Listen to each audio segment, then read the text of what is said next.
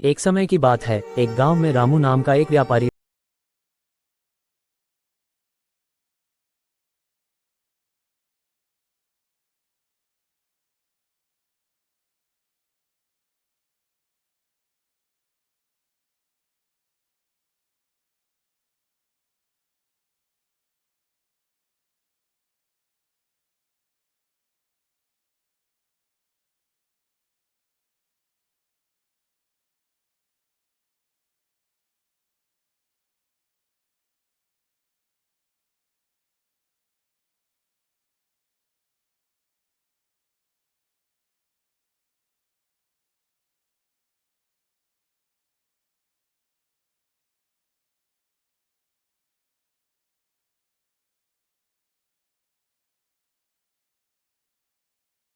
कहानी।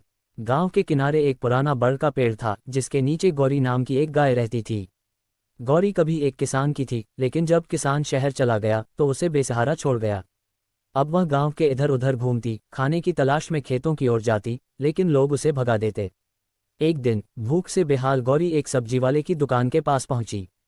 उसकी कमजोर आंखों में विनती थी, लेकिन दुकानदार ने उसे डंडे से डराकर भगा दिया। दुखी होकर वह नदी किनारे जाकर बैठ गई।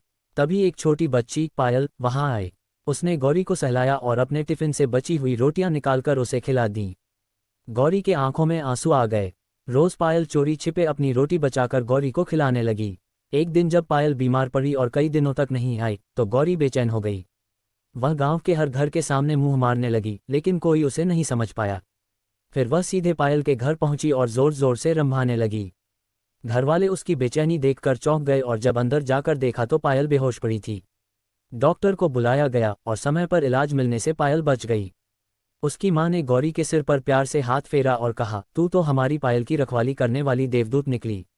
उस दिन से गौरी को नया घर और परिवार मिल गया और कभी भूखी नहीं रही। गांव के लोग भी समझ गए कि पशुओं में भी प्रेम और कृतज्ञता होती है।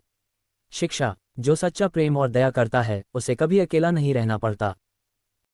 एक छोटे से गांव में एक कबूतर और एक मुर्गी साथ रहते थे।